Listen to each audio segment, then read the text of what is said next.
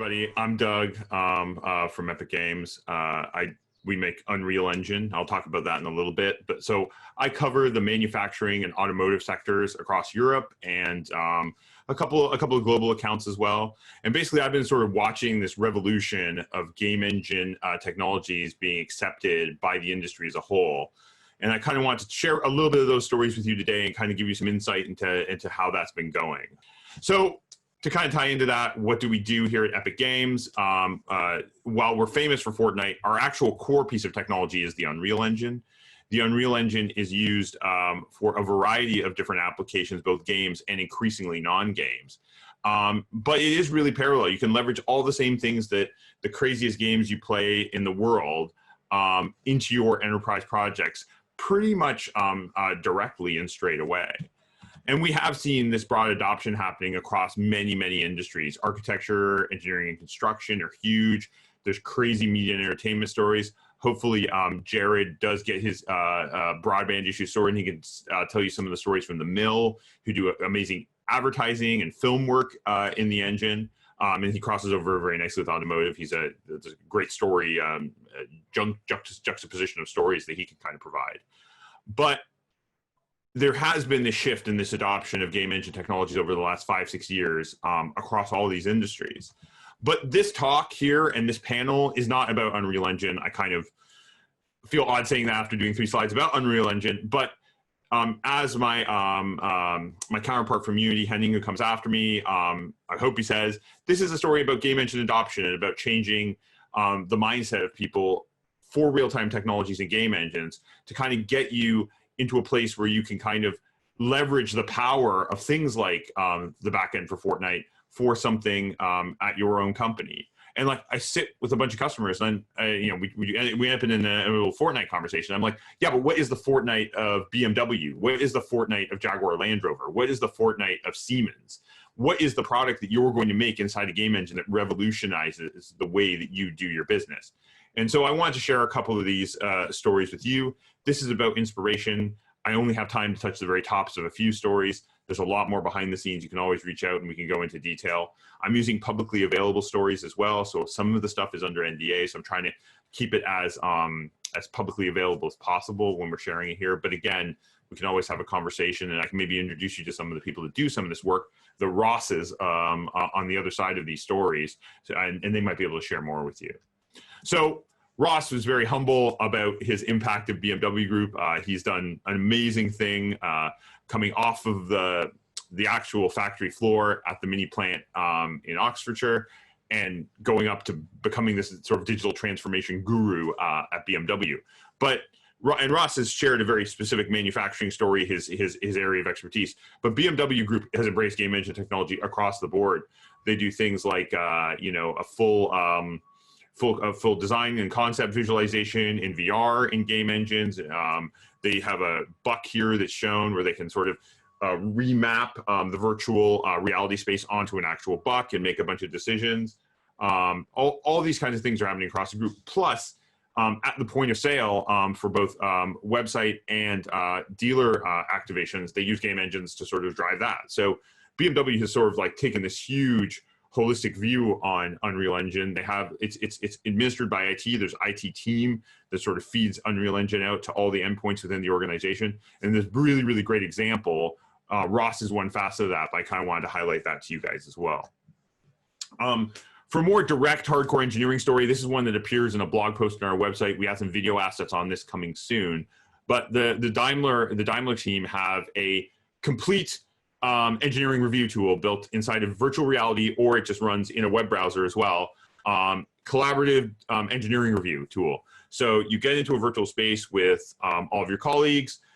You have big projection screens. You can throw PowerPoint presentations up, and they have integrated technology called Uber Engine, which allows them to instantly load CAD models, instantly, 3 orders of magnitude faster than CATIA, live into the VR scene in front of them, and they can section, they can annotate, they can measure.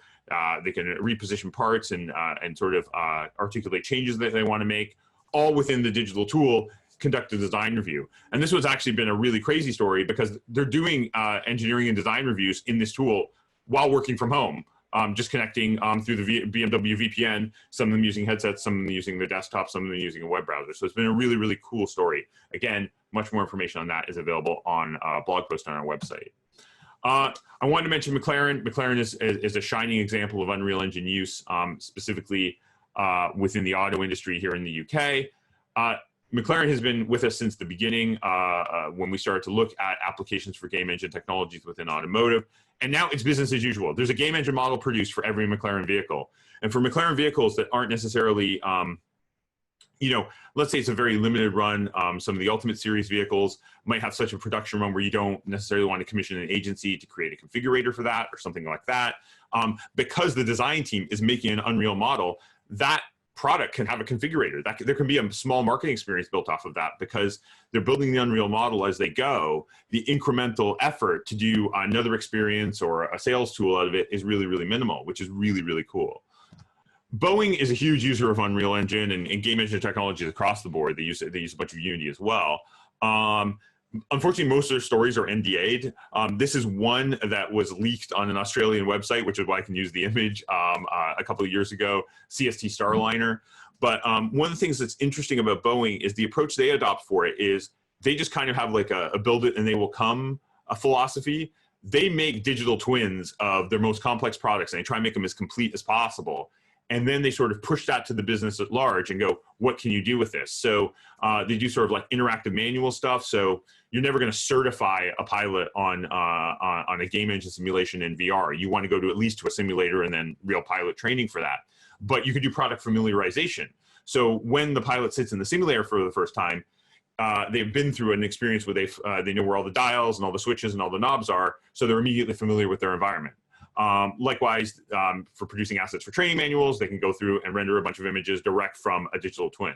So it's been really, really cool how Boeing has kind of made this digital asset creation the center of their adoption and not worried about a specific process and just kind of fed those digital assets out to the market. So these are all cool stories. And like I said, there's many more. There's literally hundreds of these. They're available if you just reach out. But why? Why are people using game engines in this way?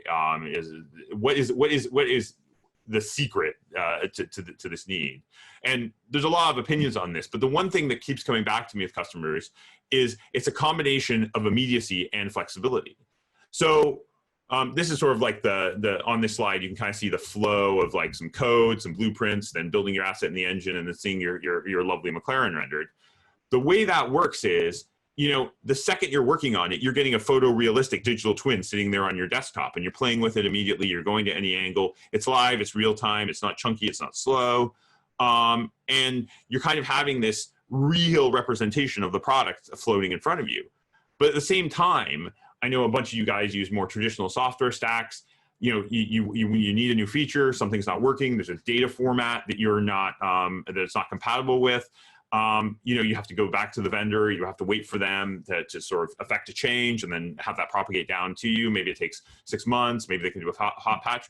With Unreal Engine, we have seen cases on that Daimler story where users have said something and literally like the next day they've implemented the change in the engine. Because it's a software development platform, you can go in and make those tweaks really, really fast. And you're evolving a piece of software. So you're not using CATIA, you're making CATIA, you're making Delta Gen, you're making VRED or one of these products inside the engine. And I think that's one of the real cool benefits of game engines across the board is that, the power is all in your hands. And I think that's the real driver for it. So these stories are just doorways. They're meant to inspire you and get you thinking about certain things. Our position, our job here is to flesh out those stories with you, to work with you to figure out how you can actually implement one of these or launch a POC. So my door is, wow, I'm really hitting that doorway metaphor. My door is always open. So come and reach out, contact me, and I'm more than happy to discuss any of this in more detail.